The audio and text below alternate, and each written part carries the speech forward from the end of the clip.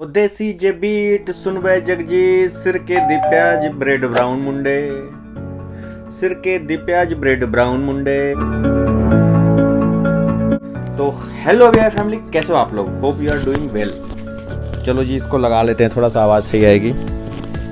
तो आज का मेरा जो टॉपिक है वो हम बताएंगे आपको जापान की 8 चीज़ें, 8 जापान के बारे में 8 चीज़ें। ध्यान से सुनिएगा और बताइएगा। हमारे हिंदुस्तान में भी वो चीज़ें हैं, होंगी ही, बट ध्यान से सुनिए। ये मेरा इलेक्ट्रिक नोट पैड। तो पहला होता है पेमेंट 50-50। चलते हैं पहले इंडिया। कौन कौन जाता है दोस्तों के साथ खाने और कौन कौन पर्स जो है छिपा के पीछे घूम जाता है, जरा बताना। कितने लोग हो तुम लोगों से भैया जो खाना तो खाने जाते हो दोस्तों के साथ, लेकिन जब पेमेंट करने की बात आती है, यार मैं तो पैसे ही नहीं लाया, यार मेरे से पैसे लेगा, यार मैं पीछे। करते हो ना? पता है जापान में ऐसा नहीं होता। जापान में क्या होता है, अगर आप गर्लफ्रेंड के साथ गए, दोस्तों के साथ गए या किसी के भी साथ गए, मतलब परिवार को छोड़ करके, तो पैसे 50-50 देने पड़ते हैं। अगर आप गर्लफ्रेंड के साथ डेट पे भी गए हो ना, तो गर्लफ्रेंड की पैसा 50% गर्लफ्रेंड पैसा देगी, 50% आप दोगे, जो बिल आएगा उसका, या तो अपना अपना पे करोगे, जो खाओगे वो पे करोगे। तो ये थोड़ा सा है यहाँ पे कल्चर इस तरीके का, ठीक है। तो अगली बार जापान में जाना तो पहले ही नहीं, अरे ठहर जा मैं सारा दे रहा हूँ, वेट कर लेना, वो आधा पैसा देगी, आधा तुम दोगे। हम लोग हिंदुस्तानी हैं यार, हम लोग तो दे भी देते हैं पैसा। अच्छा चलो, जो दूसरी बात है वो है रोड पे प्रायोरिटी किसको मिलती है। चलते हैं फिर से इंडिया। तुम जा रहे हो पैदल या जा रहे हो साइकिल से, उधर से एक BMW वाला आ रहा है, क्रॉस करोगे ना तो पहले तो 4 बार सुनाएगा भी, और ज़्यादा मुंह बदतरस करोगे तो 2 थप्पड़ मारेगा भी उतर करके। यहाँ पे ऐसा नहीं है। यहाँ प्रायोरिटी जो जाती है वो पैदल वालों को सबसे पहले, उसके बाद साइकिल वालों को, और उसके बाद फिर जो प्रायोरिटी होती है वो होती है कार वाले जाते हैं। जैसे लाल बत्ती हो गई, हम रोड क्रॉस कर रहे हैं, तो क्या होता है, लाल बत्ती जब होती है ना, तो जब पैदल वाली खुलती है तो साथ में साइड वाली भी खुल जाती है। तो कार उधर से आई बगल में घूमने के लिए, तो आप क्रॉस कर रहे हो, कार एकदम रुक जाएगी। अगर एक बंदा भी, जैसे कार एकदम ब्रेक पे आ गई, एक बंदा भी उधर से चल दिया ना पैदल, कार वाला क्रॉस नहीं करेगा, रुक जाएगा। साइकिल वाला क्रॉस, कार वाले जब क्रॉस कर जाएंगे पैदल वाले, तब कार वाला क्रॉस करेगा। इतना तो है इन लोगों में थोड़ा सा पेशेंस। और रूल्स और रेगुलेशन बिल्कुल ट्रैफिक के ये लोग तोड़ते नहीं है। मतलब कई होते हैं ना अपवाद किसी देश में, तो ऐसे तो हर जगह होते हैं। बाकी अगर ये लोग तोड़ दे रहे हैं, इन लोगों का पेनल्टी बहुत ज़्यादा है। जो हम लोग 10,000 के चालान पे उछलने लगे ना, आगे जापान में देखो क्या पेनल्टी है, किस तरीके से देश चला रहे हैं ये लोग, किस तरह से रूल्स रेगुलेशन मनवा रहे हैं लोगों से। अच्छा, जो थर्ड है टिप। फिर चलते हैं अपने यहाँ हम जाते हैं रेस्टोरेंट में, होटल्स में या फिर कहीं पे, तो जब खा पी करके जाने लगते हैं तो अपने वेटर वगैरह को टिप देते हैं। ले भाई 10 रुपये तू रख ले, कोई 50 दे देता है कोई। बट यहाँ पे जापान में कभी भी भूल मत करना टिप देने की। यहाँ पे टिप दोगे ना तो इसका मतलब है कि तुम उनका जो है अपमान कर रहे हो। क्योंकि आप यार इंडिया में देखो है, हमारे यहाँ थोड़ा गरीबी ज़्यादा है, हमें पता है, थोड़ा सा लोग हैं उस तरीके से, बट जापान में ऐसा नहीं है। जापान में 100% जॉब है लोगों के पास, और सैलरी भी जो इंडिया के सैलरी में और जापान की सैलरी में कंपेयर करें ना, तो जापान की सैलरी हम लोगों से बहुत ज़्यादा है। अब स्टार्टिंग में आप कितना पालोगे, मतलब इंडिया में रह करके जो लोग बच्चे स्टार्ट करते हैं BPO वगैरह से, या फिर उनका सैलरी मुझे लगता है 10 से 15 हज़ार के आसपास होती है। या फिर हालांकि हमारी कम्युनिटी प्राइजेस जो है वो थोड़ा सा कम है जापान के अकॉर्डिंग, बट फिर भी अगर आप कंपेयर की बात करें तो उस तरीके से काफ़ी इन लोगों को सैलरी मिलती है, और सबको, चाहे वो वेटर का काम कर रहा हो। और सबसे बड़ी बात है कि ये लोग मजबूरी में काम नहीं, ये लोग अपने शौक के तरीके से वो लोग काम चुनते हैं, चाहे वेटर का हो, चाहे किसी मजदूरी, मतलब कोई सड़क बनाने का काम हो, या किसी भी इस तरीके का, या फिर कोई कन्वीनियंस स्टोर पे काम कर रहा है ये, या फिर कोई ड्राइवर है, तो ये लोग अपने ना शौक से जॉब चुनते हैं, ना कि मजबूरी में चुनते हैं। तो ये बात ध्यान लीजिएगा, किसी को जापान में आने से टिप मत दीजिएगा। टिप यहाँ पे बिल्कुल दामे है, मतलब दामे का मतलब होता है मना। अच्छा, चौथा होता है साइकिल। साइकिल हम इंडिया में खरीदते हैं, हमें किस चीज़ की ज़रूरत होती है, बस गए दुकानदार को पैसा दिए, साइकिल ले आए, चलाना शुरू कर दिए, ना कोई रजिस्ट्रेशन, ना कोई कुछ लफड़ा, कुछ नहीं। जापान में ऐसा नहीं है। जापान में आप साइकिल खरीदने जाएंगे, आपको प्रॉपर उसका पेपर मिलेगा, एक पिंक कलर का पेपर होता है, ये वाला पेपर। तो ये पेपर जो आपको मिलेगा, इस पेपर को आपको संभाल के रखना पड़ता है। जब भी पुलिस आपको कभी भी पकड़ सकती है, पुलिस आपको जब भी पकड़ेगी वो पेपर साइकिल का आपको दिखाना पड़ेगा। एंड अगर आपने किसी दोस्त से साइकिल ली है, खरीदी है सेकेंड हैंड, अगर कोई, जैसे कि हम लोग क्या करते थे कि जो हमारे सीनियर्स पढ़ते थे उनसे साइकिल हम लोग करते सस्ते में खरीद लेते, क्योंकि साइकिल महंगी आती है यहाँ पे, तो हम खरीद लेते थे। तो उसका जो पिंक वाला पेपर होता है ना, उसका ट्रांसफ़र करवाना होता है आपको अपने नाम पे। अगर उनके नाम से है वो, तो वो आपको ले जाकर के उसी साइकिल वाले स्टोर पे, पैसे वैसे उसके नहीं लगते, शायद ना के बराबर लगते हैं, उसको आपको अपने नाम पे ट्रांसफ़र कराना होता है। तो वो ट्रांसफ़र हो जाएगा तो पुलिस अगली बार पकड़ेगी तो आप पेपर दिखा दीजिए मेरे नाम से। अगर आपके नाम से नहीं होगा तो फिर पूरा बुलाएगी, उनको कॉल करेगी कि कॉल करिए, इनके से पूछवाइए इनका है, किसका है या है, फिर आपको बहुत सारे एक्सप्लेनेशन देने पड़ेंगे। दूसरा है कि साइकिल अगर रात में चला रहे हैं तो आपको उसमें बत्ती होना अनिवार्य है। रात में साइकिल चलाने के लिए उसमें लाइट अनिवार्य होना, तो ध्यान रखिएगा। अगर जापान में कभी रात में साइकिल चलाइएगा तो उसमें लाइट होना चाहिए। और अब लाइट तो 100 येन की शॉप में मिल जाती है, तो उससे कोई दिक्कत नहीं, वो चल जाती है एक महीना उसमें बैटरी डाल करके, बाद में फिर 100 येन का ले लीजिए, बदल दीजिए। तो मतलब कहने का मतलब ये है कि लाइट ज़रूरी है, रूल्स रेगुलेशंस हैं। नेक्स्ट पे आते हैं हेल्थ इंश्योरेंस और पेंशन। जो जापान है, जापान का 100% हेल्थ इंश्योरेंस होता है, चाहे आप स्टूडेंट हैं, चाहे बच्चे हैं, बालक हो, या फिर आपका बूढ़े हो। तो क्या होता है कि जैसे आप स्टूडेंट हैं तो स्टूडेंट के टाइम पे ना सबका हेल्थ इंश्योरेंस जाता है, हेल्थ इंश्योरेंस का प्रीमियम जाता है। अगर आप नौकरी वाले हैं तो आपकी नौकरी से डायरेक्ट डिडक्ट होकर के चला जाएगा वो जो भी इंश्योरेंस होगा, इंश्योरेंस का अमाउंट बनेगा।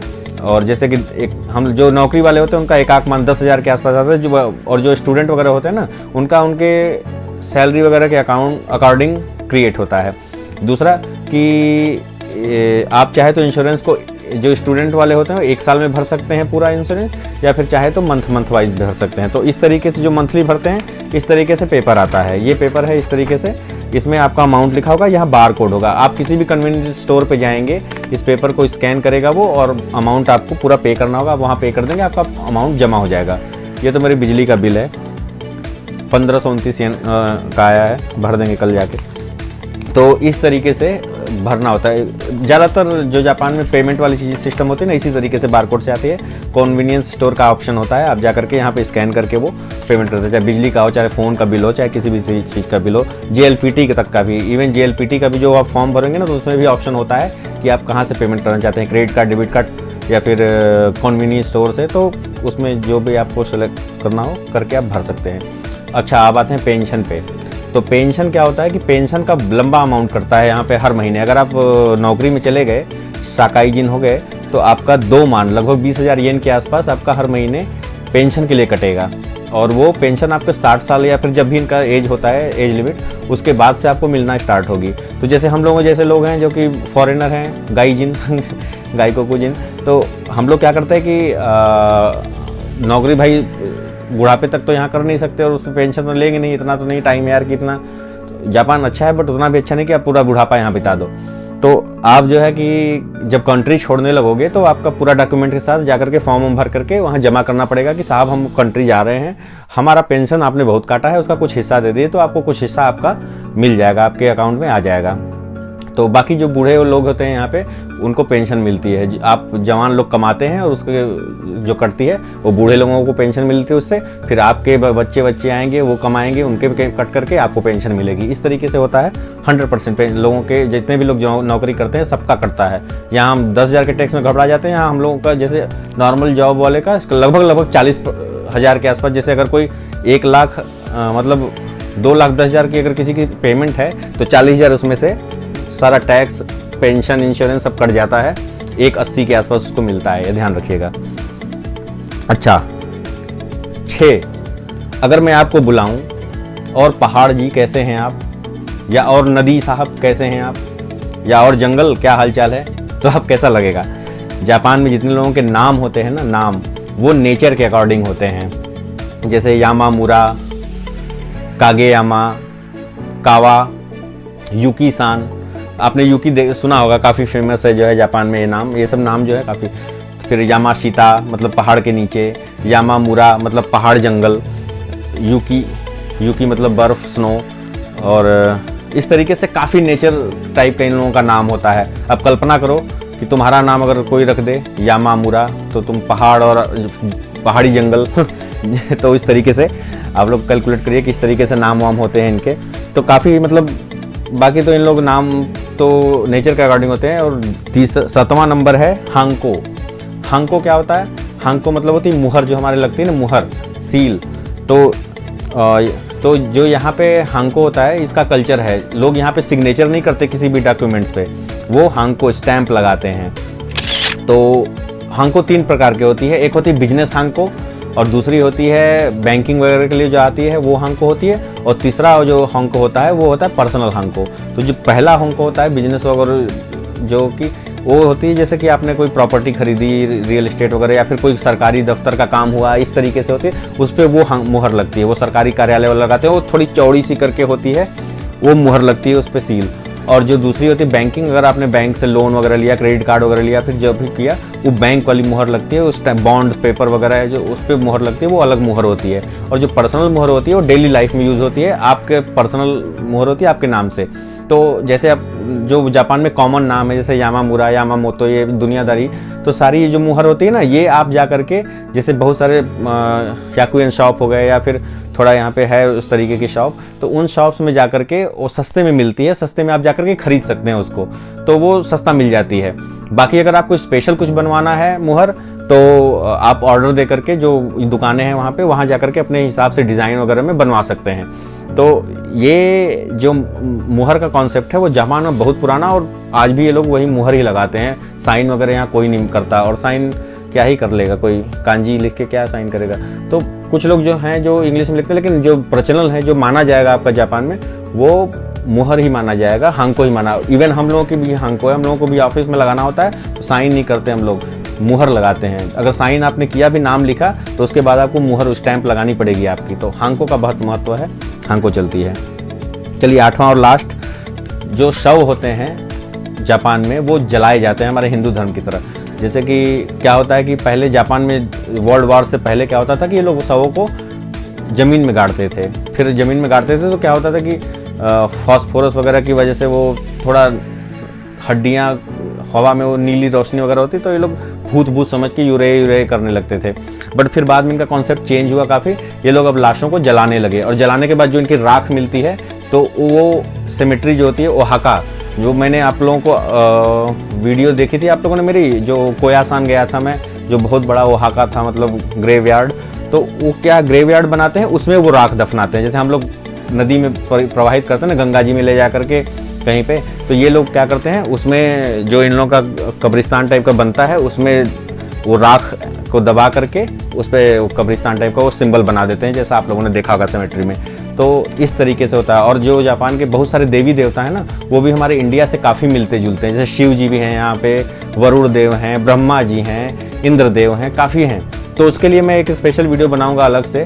बाकी आज के लिए यहीं वाइंड अप करते हैं। तो कैसा रहा, तो कैसे हैं आप लोग, ये आप ज़रूर बताइएगा। और सुनिए, कोरोना बहुत तेज़ी से फैल रहा है, समझ रहे हैं आप, तो काफ़ी बच के रहिएगा, एकदम सतर्क रहिए, सावधान रहिए, दूरी बनाए रहिए, घर में क्वारंटीन रहिए, या फिर बहुत इम्पॉर्टेंट ना हो तो बिल्कुल मत निकलिए यार, मैं तो यही कहूँगा। और काढ़ा वाढ़ा पीते रहिए, अदरक वदरक सब खाते रहिए, इसी से आपका जो है थोड़ा हेल्थ वेल्थ सही रहेगा। हमारी इम्यूनिटी सिस्टम ज़्यादा है, बट कोरोना उससे भी ज़्यादा तगड़ा है इस समय, तो ध्यान रखिएगा अपना। हालांकि यहाँ भी बढ़ रहा है कोरोना, तो यहाँ लगभग हर रोज़ के 1000-1200 केसेस आ रहे हैं, 2-3 दिन से तो आ ही रहे थे। बट यहाँ पे लॉकडाउन नहीं होता, तो चल रहा है अभी वैसे ही। इंजेक्शन लोगों को लग रहा है, जो लोग, बट धीरे धीरे प्रोसेस यहाँ का भी काफ़ी स्लो है, क्योंकि इन लोगों को सारा इंजेक्शन मंगाना है बाहर से ही, हमारी तरफ ही। तो आप लोग बिल्कुल एकदम सेफ रहिए, स्टे ब्लेस्ड। तो चलिए आप लोग एंजॉय कीजिए, सतर्क रहें, सावधान रहें। तो मैं अभी आया जी, तो हाँ, शेयर लाइक सब्सक्राइब जरूर कर दीजिएगा।